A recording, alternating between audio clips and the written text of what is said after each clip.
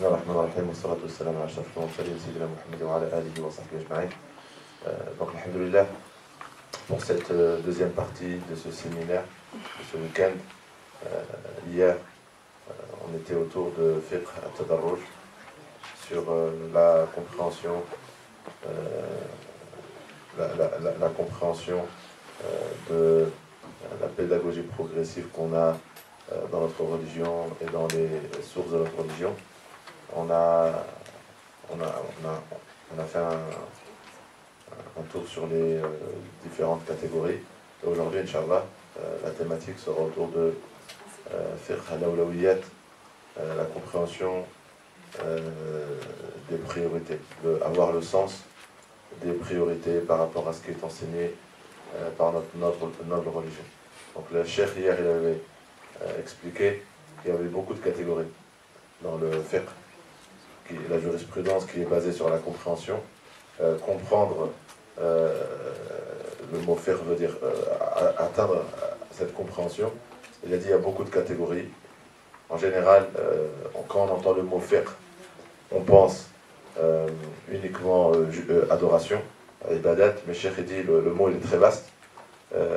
C'est un mot qui est utilisé à la fois pour avoir une compréhension de la foi, une compréhension des actes d'adoration entre nous et Allah Azza wa Jal, la compréhension des relations humaines, qu'il s'agit du mariage, qu'il s'agit de la finance, la compréhension aussi du comportement que nous devons avoir dans notre relation avec tout ce qui nous entoure.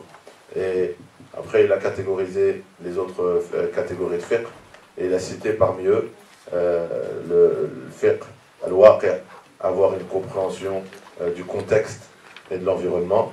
Il a cité fiqh at-tadarruj, avoir une compréhension de l'évolution progressive dans notre religion. Et aujourd'hui, Inch'Allah, fiqh al-awlawiyat, avoir la compréhension et le sens des priorités. Falyatafaddal mashkoura.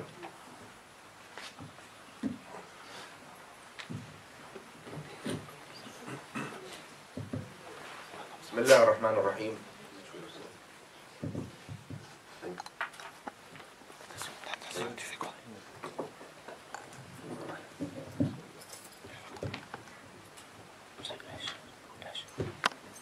بسم الله الرحمن الرحيم.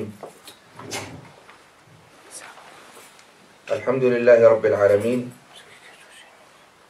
أحمده سبحانه وأشكره وأتوب إليه وأستغفره، لا أحصي ثناء عليه هو كما أثنى على نفسه، وأشهد أن لا إله إلا الله وحده لا شريك له،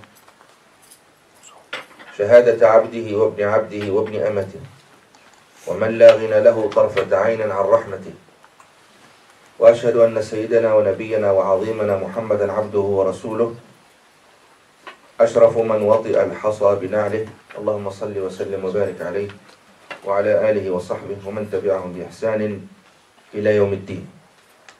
أما بعد، أيها الإخوة والأخوات، السلام عليكم ورحمة الله وبركاته. صبحكم الله عز وجل بالخير والفرح والسرور بطاعته، ولا حرمنا الله وإياكم برد عفو. قولوا آمين. جميل وعظيم أن يوفق الإنسان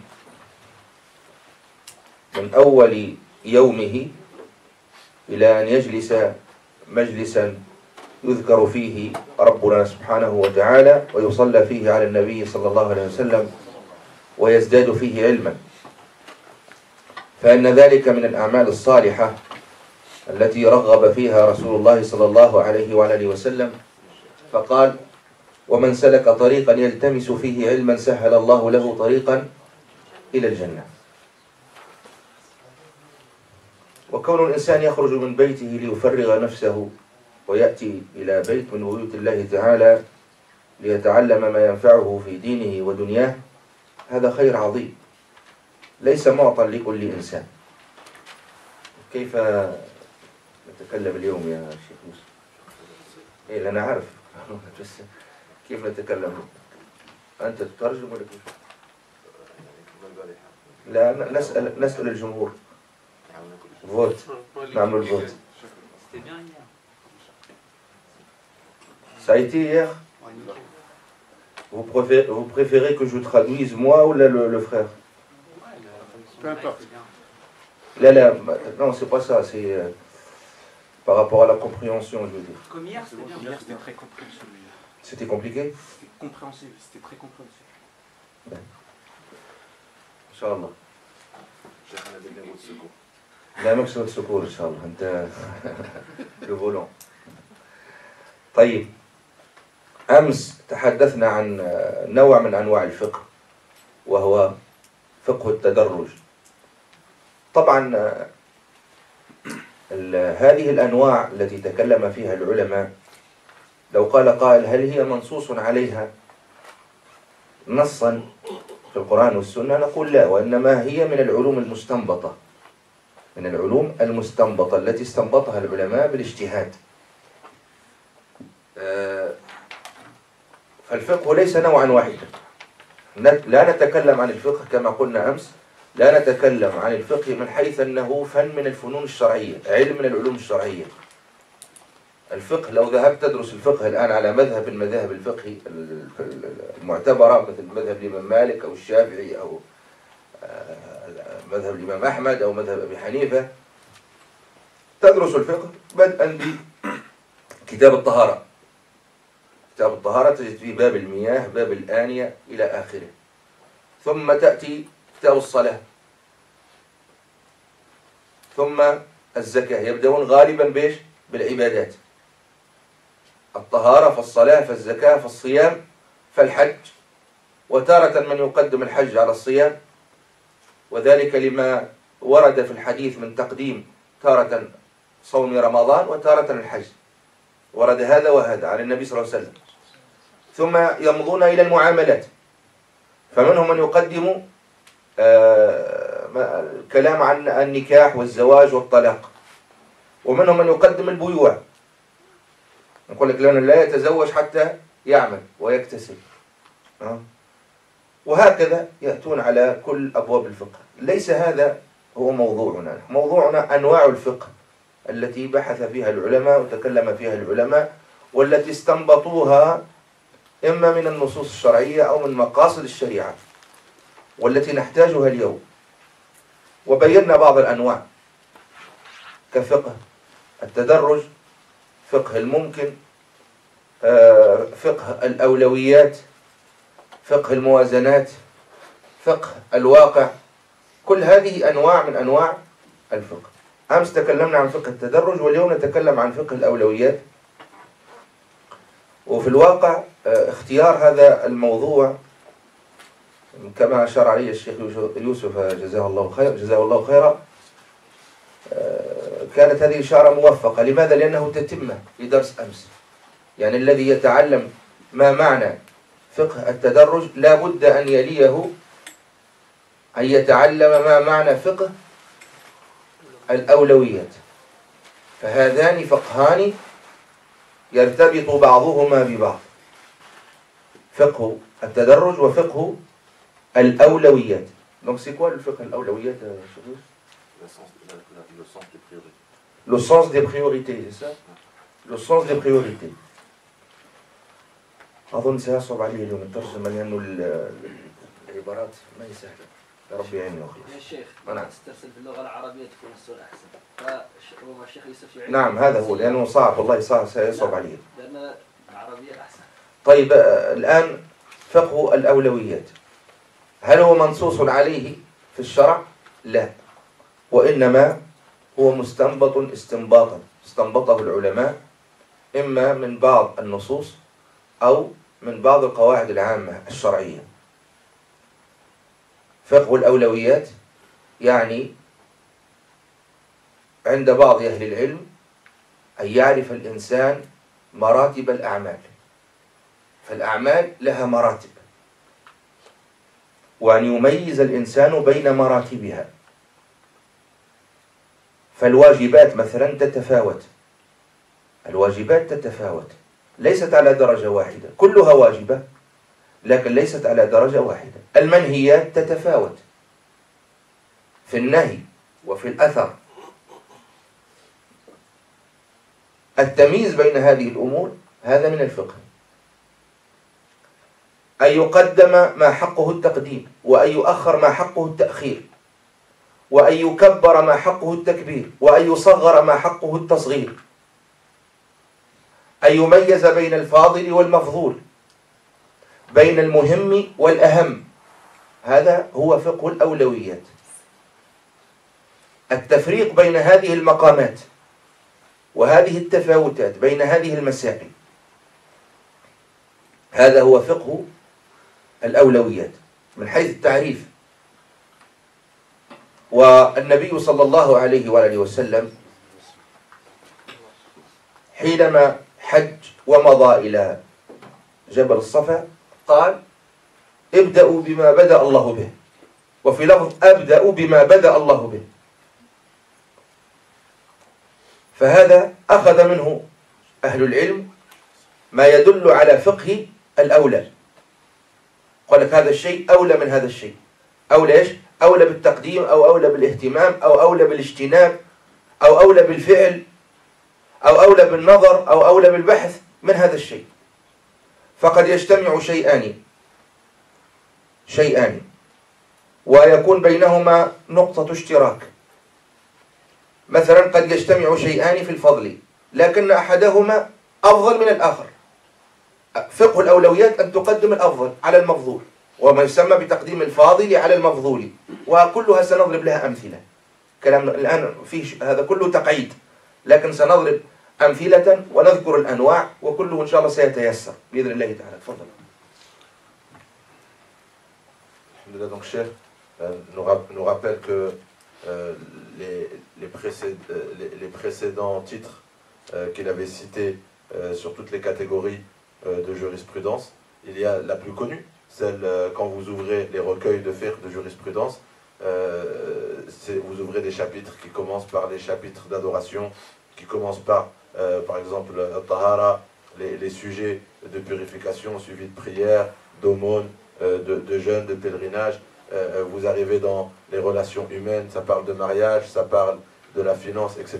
Il a dit ça, c'est quand on entend fiqh, c'est les thématiques classiques et les ordres que vous trouvez dans les recueils. Mais aussi, il y a d'autres thématiques. La question qui peut se poser, est-ce que c'est tous ces mots que vous avez entendus sur fiqh al-waqi', la compréhension du contexte, l'évolution progressive qu'on a vue hier, ainsi que le sens des priorités, est-ce que c'est des thématiques qui ont été écrites dans le Sharia? Cheikh dit, on va expliquer que non, c'est des conclusions. Les savants ont étudié les textes et ils ont fait des règles. Et à partir de ces règles, ils ont défini les finalités et à partir de là, ils ont donné ces noms à ces différentes thématiques. Donc, pour la thématique qu'on va voir, Cheikh il a défini il a commencé par définir le thème le sens des priorités. C'est que l'être humain doit savoir le niveau de chaque action et de faire la différence. Il y a dans les obligations différents degrés, il y a dans les interdits différents degrés, il y a des degrés à la fois dans le niveau de l'interdit et donc dans l'effet qu'il peut avoir dans notre vie, et il faut donc faire avancer devant ce qui doit être en priorité et faire reculer ce qui est en priorité. Il y a des choses qu'il faut voir comme grandes et des choses qu'il faut voir comme petites. Il y a des choses qui sont plus importantes que d'autres. Il faut toujours commencer par les plus importantes. Et il y a des actions qui doivent être prioritaires sur les autres. Et ça, c'est la compréhension que Cheikh va essayer de nous donner avec beaucoup d'exemples. Il a dit par exemple le Hajj. Le prophète sallallahu alayhi wa sallam, quand il a fait le Hajj, il a dit commencer par ceux avec quoi Allah Azza wa Jalla a commencé, où il a dit je commence parce qu'Allah Azza wa Jalla a commencé, et il a commencé avec Safa. Parce que dans le Coran, Allah Azza wa Jalla, quand il a cité Safa al-Marwa, il a cité en premier Safa. Et donc il a dit je vais commencer parce que la chose dont Allah Azza wa Jalla lui-même commencé. Et à partir de là, les savants ils ont tiré qu'il y a un ordre dans les textes. Il y a un ordre à respecter dans l'approche de ces choses, et c'est ce que Cheikh va détailler aujourd'hui. فقه الأولويات يعتبر ميزانا في حياة المسلم إذا عرفه وعقله وأخذ به سيحقق التوازن، لا أقول في دينه فقط بل حتى في دنياه. ففقه الأولويات إذا استقر عندنا سوف نحقق التوازن في الدين والدنيا، في هذه الحياة وكذلك فيما يتعلق بما كلفنا الله به. ولذلك غياب هذا النوع من أنواع الفقه في حياتك يسبب لك خللا، تختل عندك الأمور، لا تعرف ماذا تقدم مما ينبغي أن تؤخره عن هذا المقدم. الفوضى التي يعيشها المسلمون اليوم، الأفراد، المجموعات، الجماعات، المسلمون يعيشون في فوضى أم لا؟ أجيبوا. المسلمون يعيشون في فوضى اليوم. هذه الفوضى من أكبر أسبابها غياب هذا النوع من أنواع الفقه. ففقه الأولويات لا يحتاجه فقط إلا طالب العلم، يحتاجه كل مسلم. بل اليوم الدول المتقدمة المتحضرة اليوم إذا نظرنا إلى كثير من أنواع سياساتها نجدها تسلك هذا المسلك، مسلك فقه الأولويات، ولكنها تسوق إلى الدول المستهلكة عكس ذلك، فتشغل الدول. ولذلك سيأتي أن فقه الأولويات لا مجال له إلا فيما يتعلق بالدين، بل حتى في الدنيا، بل حتى في السياسات. وهذا سنضرب له مثالا بإذن الله تعالى. أنا أرجو أن تخرجوا بعد هذا الدرس بروح جديدة وفكر جديد ونظرة جديدة. قال بعض العلماء: ليس العاقل الذي يعرف الخير من الشر، ولكن العاقل الذي يعرف خير الخيرين وشر الشرين. العاقل ليس هو الذي يعرف الخير من الشر، أي يميز بين الخير والشر فقط.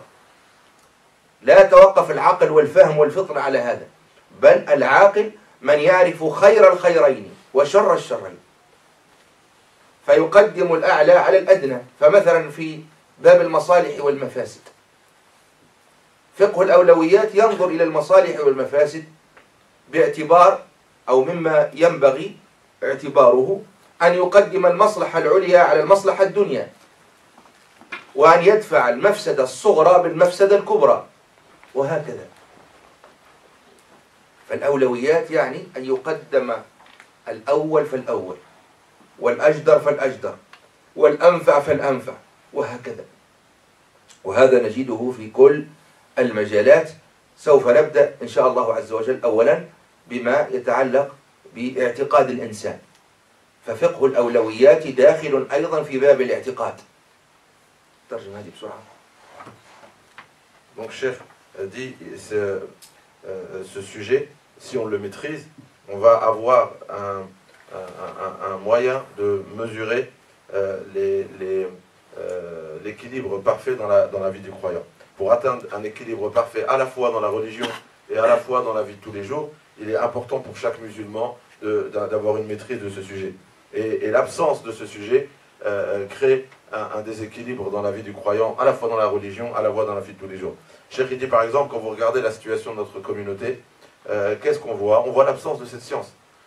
Les gens prétendent à cette science, mais parce que l'absence de cette science et l'absence de cette mesure se manifeste dans le quotidien, il y a un désordre et il y a un chaos dont on peut tous témoigner. Donc Cheikh dit, voilà, ce qu'il demande, c'est que après ce séminaire-là, on ressort tous, Inch'Allah, avec un nouvel esprit, avec une nouvelle âme et avec un nouveau regard, et en respectant toutes ses priorités. Il y a, Cheikh il a dit, l'intelligent, c'est pas celui qui fait la différence entre le bien et le mal seulement. L'intelligent, c'est celui qui sait prioriser l'un des deux biens. Il y a forcément deux biens, et savoir prioriser lequel des deux, et c'est celui qui sait qui a aussi le sens des priorités dans les deux mal. Qu'est-ce que ça veut dire? C'est que quand il y a deux bonnes choses, c'est de savoir quelle est celle qui porte le plus grand intérêt pour nous et de la prendre. Et quand il y a de mal, c'est de savoir quel est le moindre mal et le grand mal, et savoir